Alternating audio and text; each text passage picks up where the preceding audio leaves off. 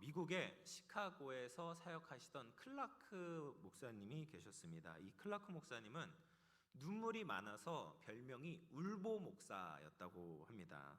근데 그 눈물로 수많은 깡패와 노숙자들을 변화시켰는데 이 목사님은 그 별명이 그렇게 마음에 들지 않았다라고 해요. 그래서 어느 날 하나님께 기도를 올려드렸다고 합니다.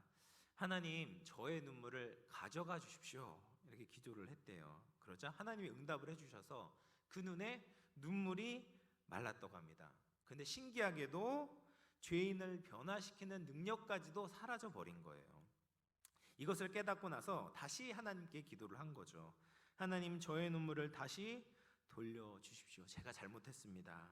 네, 하나님께서 그 기도를 들어주셔서 눈물도 회복시켜 주시고 능력도 회복시켜 주셨다라고 합니다. 어떤 시인은 시에서 이런 시기를 적었습니다. 눈에 눈물이 없으면 그 영혼에는 무지개가 없다. 눈에 눈물이 마른 사람은 그 영혼에 색깔이 없다는 거죠. 아름답지 않다. 영혼이 제 기능을 하지 못하고 있다라는 의미이겠죠. 우리에게 눈물이 있고 탄식이 있다라는 것은 사랑이 있다라는 증거입니다. 사랑과 관심이 없는 사람은 누군가 망해도 아쉬워하지를 않습니다. 사랑이 많으신 예수님은 그런데 이 예루살렘을 보면서 이렇게 우셨어요.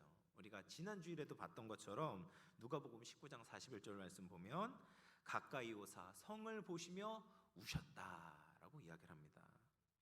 예루살렘을 보고 한탄하고 탄식하시며 눈물을 흘리셨습니다. 왜 그러셨을까요? 예루살렘을 사랑하셨기 때문이죠. 예수님의 사랑에 무감각한 그들의 마지막이 보였기 때문에 너무나 마음이 아프셨던 것입니다.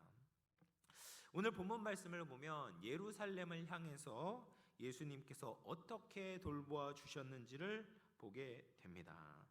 오늘 본문 말씀 보면 이렇게 이야기하죠. 37절 말씀입니다. 예루살렘아 예루살렘아 선지자들을 죽이고 내게 파송된 자들을 돌로 치는 자여, 암탉이 그 새끼를 날개 아래 모음같이 내가 너의 자녀를 모으려 한 열이 몇 번이더냐라고 말씀을 하십니다. 예수님께서 예루살렘 안에 속해 있는 그 유대인들을 모으기 위해서 부단히 애를 쓰셨다라고 말씀을 하시는 거예요. 암탉이 병아리를 날개 아래 모으는 것은 외부의 공격에서부터 자기 새끼를 보호하기 위한 것이죠. 독수리나 매와 같은 맹금류가 이 병아리를 발견해서 공격을 한다면 병아리들은 속수무책으로 그 맹금류들의 먹잇감이 될 수밖에 없습니다. 그때 암탉이 자기 자녀들을 날개 아래 모으는 것이죠. 자기는 공격을 당하더라도 이 내 새끼만큼은 보호하겠다라는 모성 본능에서 나오는 보호 행동입니다. 근데 예수님께서 유대인들을 그렇게 보호하려고 하셨다라는 거예요. 무엇으로부터 보호하려고 하셨겠습니까? 멸망으로 치닫고 있는 그들의 악한 행동에서부터 벗어나게 하려고 예수님은 끊임없이 경고도 하시고 책망도 하시고 설득도 하셨어요. 또 그들의 죽음을 몰아가고 있는 그 사탄의 공격에서부터 건지려고 수많은 기적과 이적을 베푸셨습니다. 예수님께서는 공생의 사역 때에만 그의 백성들을 보호하신 것이 아니었습니다. 아담이 범죄한 이후 계속해서 그들을 구원하시기 위해서 자신을 친히 계시하셨고 자신의 사역자들을 보내셨습니다. 이런 예수님의 노력과 역사에도 불구하고 문제가 있었어요. 그 문제가 무엇입니까? 37절 마지막에 보면 그러나 너희가 원하지 아니하였도다. 예수님은 그렇게 그들을 건지시려고 구원해내시려고 모든 노력을 기울이셨는데 이들은 그 예수님의 보호를 원하지 아니했다라는 거예요. 손뼉도 마주쳐야 소리가 나지 않습니까? 우리가 손뼉 칠 힘이 없다면 적어도 손뼉을 치려는 사람을 밀어내지는 말아야 합니다. 그런데 이스라엘 백성들은 그렇지 않았던 거예요. 예수님을 밀어내고 적극적으로 거부하고 예수님에 대해서 박해를 가했던 것이죠. 그래서 예수님의 역사가 일어날 수 없었습니다. 그런데 이런 패역한 예루살렘의 모습이 지금 처음 일어난 것이 아니었습니다. 이전에 이미 한번 바벨론에 의해서 예루살렘이 멸망했을 때의 모습이 이와 같았다라는 거예요. 미가서 3장 10절에서부터 12절 말씀인데요. 이것을 좀 쉬운 번역으로 제가 가지고 왔습니다. 제가 읽어보도록 하겠습니다. 살인으로 시온을 세우고 죄로 예루살렘을 쌓는다. 예루살렘의 재판관들은 뇌물을 받은 뒤에야 재판을 하고 제사장들은 삭슬 받아야 가르치며 예언자들은 돈을 받은 후에 예언한다. 그러면서도 그들은 여호와께서 우리와 함께 계시니 우리에게는 해로운 일이 생기지 않는다고 말한다.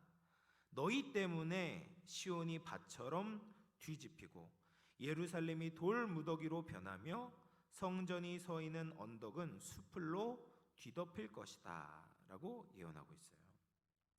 이스라엘이 멸망하기 전에 모습을 보게 되면 시온과 예루살렘 똑같은 이야기죠. 살인과 죄로 세워져 있다. 그들이 살인과 죄로 하나님의 말씀을 거역하는 것으로 가득 차 있다라는 거예요.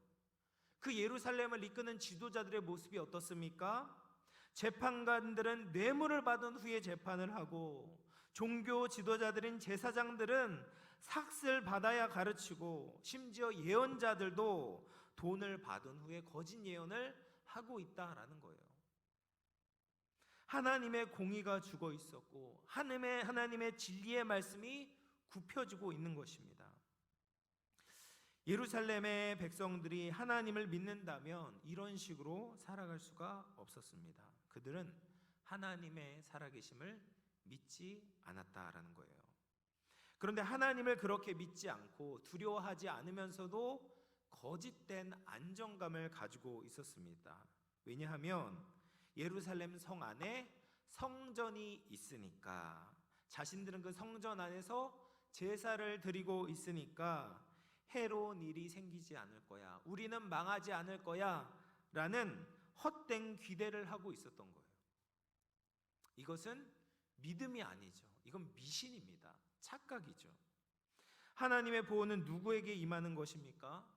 하나님의 언약에 신실한 백성들, 하나님의 언약을 따라 살아가려는 그 백성들에게만 하나님의 보호가 임하는 거예요. 하나님의 언약에 신실하다는 것이 무슨 뜻입니까? 자신이 하나님의 백성이 되었다는 것을 아는 것에서 그치는 것이 아닙니다. 하나님의 백성이 되었으니 그 정체성을 가지고 말씀대로 살아가는 사람들이죠. 그런데 구약의 이스라엘 백성들은 이 언약에 대한 믿음 없이 자기 마음대로 살아가면서 그저 예루살렘 성전이라는 건물을 붙들고 있었던 것입니다. 하나님의 임재를 상징하는 성전이 예루살렘에 있으니까 망하지 않을 것이다 라고 착각을 했습니다. 그런데 그 결과가 무엇이었습니까? 예루살렘이 바벨론에 의해 폐허가 되었습니다. 남유다의 마지막 왕 시드기야 왕은 두 눈이 뽑히게 되었고 모든 이스라엘 백성들이 뿔뿔이 흩어지게 되었던 것이죠. 이것이 이스라엘 역사의 첫 번째 예루살렘 멸망이었어요. 그래서 이스라엘 백성들은 이 멸망을 교훈 삼아서 어떻게 하면 다시 실수를 저지르지 않을까 고민을 한 거예요. 원인을 파악했습니다. 그 중에 바리새인들은 하나님의 율법을 지키지 않아서 그런 것이다 라고 생각을 했어요. 조상들이 멸망한 것은 하나님의 말씀을 지키지 않았기 때문이다. 그런데 지금 바리새인들의 모습이 어떠한가? 오늘 말씀 전 문맥을 보면 마태복음 23장은 외식하는 서기관과 바리새인들을 향한 7가지 화에 대해서 예수님께서 선언하고 계세요. 화루다, 외식하는 서기관과 바리새인들이여 라고 예수님께서 선언하고 계신다라는 겁니다. 왜 그렇습니까?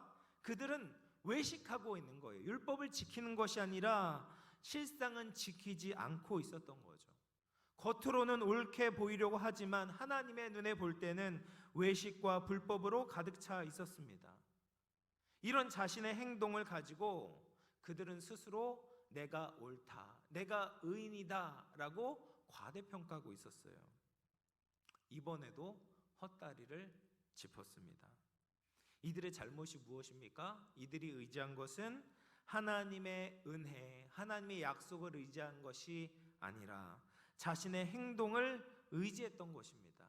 하나님의 약속에서부터 출발한 것이 아니라 자신의 능력, 자신이 이룬 공로를 가지고 하나님 앞에 나아가려고 했습니다. 그들은 본질적으로 첫 번째 멸망했던 구약의 이스라엘 백성들과 다를 바가 없었던 거예요. 하나님과의 언약을 믿지 않고 살아갔습니다. 구약에서는 성전이라는 건물을 믿었다면 이 시대의 백성들은 자신들의 행위를 믿었던 것이죠. 예수님은 그런 그들을 향해서 끊임없이 말씀하셨습니다. 너희는 지금 잘못되었다. 너희들이 의롭다는 것은 지금 착각이다. 너희는 그리스도 앞에서, 하나님 앞에서 회개하고 돌아서야 한다, 돌이켜야 된다라고 말씀하셨습니다. 그들을 모으려고 했지만 하나님의 아들이신 예수님의 말씀에도 귀를 닫았기 때문에 그들은 더 이상 소망이 없었던 것이죠. 존속할 수 있는 방법이 없었습니다. 그래서 38절 말씀입니다.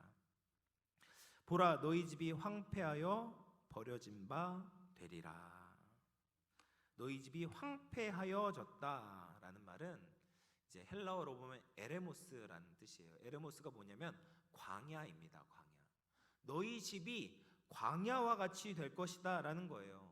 사람이 살지 않는 황량한 곳, 물도 없고 음식도 없고 사람이 거주할 만한 환경이 되어 있지 않은 그 광야처럼 이 예루살렘이 바뀔 것이다.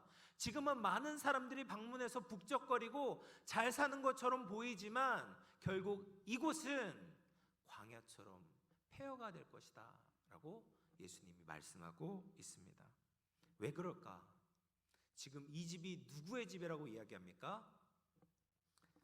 38절, 보라 너희 집이, 너희 집이에요. 너희 집. 원래 이 집이 누구 집입니까? 하나님의 집이잖아요. 하나님의 집입니다. 예루살렘 성전은 원래 하나님을 위한 처소였잖아요. 예루살렘 성전이 하나님의 집이었을 때 그 집으로 오는 사람에게는 생명이 흘러 넘쳤었죠. 자비와 용서와 축복이 그들에게 전달되었습니다.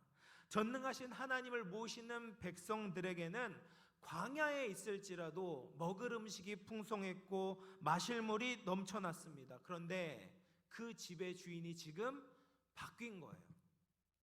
하나님의 집이 아니라 너희 집이 되어버렸습니다. 주님을 바라보지 않고 제사의식을 붙들었을 때, 주인을 붙드는 것이 아니라 자신의 행위와 공로를 붙들었을 때, 하나님의 자비와 은혜를 기대하지 않았을 때 하나님은 그 성전을 떠나시게 된 거예요. 예루살렘 성전은 더 이상 하나님의 집이 아니라 너희 집이 되었던 겁니다. 그럴 때 아무것도 남지 않은 광야가 되었던 것이죠. 하나님은 긍휼과 자비가 풍성하신 분입니다. 그런데 그 긍휼과 자비와 용서가 베풀어질 기간이 있어요. 때가 있습니다. 하나님이 정해놓으신 그 은혜의 기간이 지나가게 되면 더 이상 기회가 없습니다. 그 기간이 지나가게 되면 심판이 임하게 되는 거죠. 그래서 결국 예루살렘도 두 번째 망하게 된 것입니다. 돌 위에 돌 하나도 남지 않고 완전히 부서지게 되었습니다. 물론 예수님은 하나님이 택하시고 언약을 맺었던 이스라엘 백성들이 망하는 것을 절대로 원하지 않으셨습니다. 마지막까지도 그들을 안타까워하셨어요. 누가복음 23장 27절 28절 말씀입니다. 우리 같이 한번 읽어보도록 하겠습니다. 누가복음 23장 27절 28절 말씀입니다. 시작. 또 백성과 및 그를 위하여 가슴을 치며 예수께서 돌이켜 그들을 향하여 이르시되 예루살렘의 딸들아 나를 위하여 울지 말고 너희와 너희 자녀를 위하여 울라. 예수님께서 지금 십자가를 지고 가시고 있거든요. 그 모습을 보고 예수님을 아끼고 사랑했던 자들이 울고 있는 거예요. 얼마나 가슴이 아프겠습니까? 내가 사랑하는 예수님이 지금 고통받고 십자가를 향해서 가고 있는 모습을 보고 울고 있으니까 예수님께서 말씀하시는 거예요. 나를 위하여 울지 말고 너희와 너희 자녀를 위하여 울라라고 말씀하세요. 예수님은 십자가에 달려 죽으십니다. 말로 형용할 수 없는 극심한 고통이 수반되었습니다. 그런데 예수님은 그 고통을 이기시고 다시 살아나실 것을 아셨습니다. 그러나 예수님을 받아들이지 않는 예루살렘의 그 마지막은 멸망이었던 거예요. 다시 살아나지 않는 겁니다. 그래서 그들을 위하여서 울며 기도하는 것이 너희에게 더욱더 시급한 일이다. 너희가 감당해야 될 사명이야. 내가 불쌍한 것보다 너희가 더 불쌍한 존재야. 예루살렘아, 너희가 지금 망하고 있는 것을 왜 알지 못하냐? 그들을 위하여서 우리가 같이 울며 기도해야 된다라고 말씀하고 있습니다. 오늘 교재를 보면 설교를 실어놓은 목사님이 이제 김치선 목사님이라는 분이세요. 이 김치선 목사님은 예장 대신 측이 있거든요. 예장 대신의 기틀을 만드신 목사님입니다. 이 김치선 목사님은 1899년에 태어나셔서 이제 할아버지를 일찍 여의시고 가산이 다 잃게 되어서 가족들과 떨어져서 캐나다 출신의 영재형 선교사님을 통해서 공부를 하게 되셨어요. 그러다가 이제 1919년 20살이 되던 해 아버님도 여의게 되고 가족들과 다시 만났는데 그 1919년 3월 1일 날 3.1 운동이 일어나지 않습니까? 그때 적극 가담하게 되면서 1년 동안 옥살이를 하게 되십니다. 그러면서 서대문 형무소에서 하나님을 깊이 만나고 그때부터 하나님을 위해 살아야 되겠다라고 결심을 하게 되세요. 그리고 나서 이 목사님께서 미국에서 공부를 하시고 한국으로 돌아올 무렵 이제 한국의 신사참배 강요가 심해져서 한국에 머무시는 것이 아니라 자신의 양아버지였던 그 영재형 선교사님이 계신 일본으로 가게 됩니다. 그래서 이제 동경에 있는 동경 신숙중앙교회에서 사역을 하셨을 때 그 교회에 목회와 선교 사역을 하시면서 한국에 대한 사랑을 굉장히 강조하세요. 그러니까 계속해서 이 한국에 대한 마음, 그 마음이 계속 있었던 거예요. 그러니까 일본에서 사역을 하지만 우리 한국을 사랑해야 된다. 한국을 위해 기도해야 된다. 이것을 계속 강조를 하셨던 거죠. 그래서 또 일본 정부에서 사상범으로 그를 구속해서 연행을 하게 됩니다. 그리고 이제 1944년에 일본이 패망할 것이 왔다는 것을 직감하시고 한국으로 돌아오게 되세요. 그래서 남대문교회에 목회를 하시는데 이때 서울에 있는 거의 모든 교회의 기도회가 마비되었다고 합니다. 그때 이 목사님께서는 오셔서 새벽 제단을 쌓으면서 강단에 엎드려 민족을 위해 한없이 울며 기도를 하셨다라고 합니다. 그리고 이제 1945년 8월 15일 광복을 맞이했을 때 김치선 목사님께서는 마음에 담아두었던 민족 복음화의 열정을 불태우셨어요. 그래서 전개한 운동이 뭐냐면 300만 전도 운동이었습니다. 그 당시 우리나라의 인구가 남북 합쳐서 3천만 정도 되었다고 합니다. 그런데 그 3천만 국민 중에 11조 300만을 하나님께 바치자, 이런 운동을 펼치신 거예요. 그래서 그분께서는 매 설교마다 이런 말씀을 하셨다라고 합니다. 한국에는 2만 8천 개의 동네가 있습니다. 그 동네마다 우리가 교회를 세웁시다. 우리 성도들이 집집마다 감나무를 한 그루씩 심어서 그 수입을 가지고 선교비에 투자한다면 민족 복음화는 물론 세계를 복음으로 덮을 수 있을 것입니다 라고 외치며 눈물을 흘렸다라고 이야기합니다. 당시 기독교 인구가 30만 정도였다고 해요. 그런데 그것의 10배가 되는 300만 구령운동을 펼치신 것은 그분이 가지고 있었던 이 민족 복음화에 대한 비전과 열정을 보여주는 거죠. 이 김치선 목사님은 대한민국을 너무 사랑하셨고 조국 복음화를 위해서 일생을 바치셨던 분이었습니다. 사랑하는 성도 여러분, 지금 우리나라와 조국 교회의 현실은 어떻습니까? 한국 교회가 지금 정말 살아 있습니까? 어떻습니까? 우리가 아무리 외형이 크다고 해도, 우리는 잘 살고 있다고 해도 예수 그리스도께 받은 은혜를 잃어버렸다면 살았지만 실상은 죽은 교회일 것입니다. 마가복음 11장 17절 말씀인데요, 우리 마지막으로 같이 한번 읽어보도록 하겠습니다. 시작. 이에 가르쳐 이르시되 기록된 바 내 집은 만민이 기도하는 집이라 칭함을 받으리라고 하지 아니하였느냐. 너희는 강도의 소굴을 만들었도다 하시매. 주님의 뜻을 위해서 열렬히 기도하지 않은 채 이 땅에서 누리는 현세적인 이득에만 눈이 멀어 있다면, 개인의 사리 사욕을 채우려고 안간 힘만 쓴다면 이 교회는 주님의 집이 아니라 강도의 소굴이 되는 것이죠. 하나님의 집이 아니라 너희 집이 되는 거죠. 그러므로 우리는 어떻게 해야 되겠습니까? 기도해야 되는 거예요. 주님의 눈물을 가지고 기도해야 되는 거죠. 우리의 눈에 눈물이 없다면 우리의 영혼에는 무지개가 사라져 버린 겁니다. 우리는 그 눈물을 가지고 기도하고 복음을 전해야 합니다. 교회가 세상을 섬기고 세상을 정화시키는 역할을 감당하도록 최선을 다해야 합니다. 이 성전이 제 역할을 못하게 된다면, 교회가 세상에 무능력하다면 더 이상 이 사회는 소망이 없습니다. 예루살렘과 성전이 함께 망하게 되는 것이죠. 사랑하는 영암의 성도 여러분, 우리가 감당해야 될 역할을 잘 감당했으면 좋겠어요. 이 대한민국을 향해서 우리가 기도해야 됩니다. 이 나라와 한국교회를 위해서 우리가 기도해야 될 줄로 믿습니다.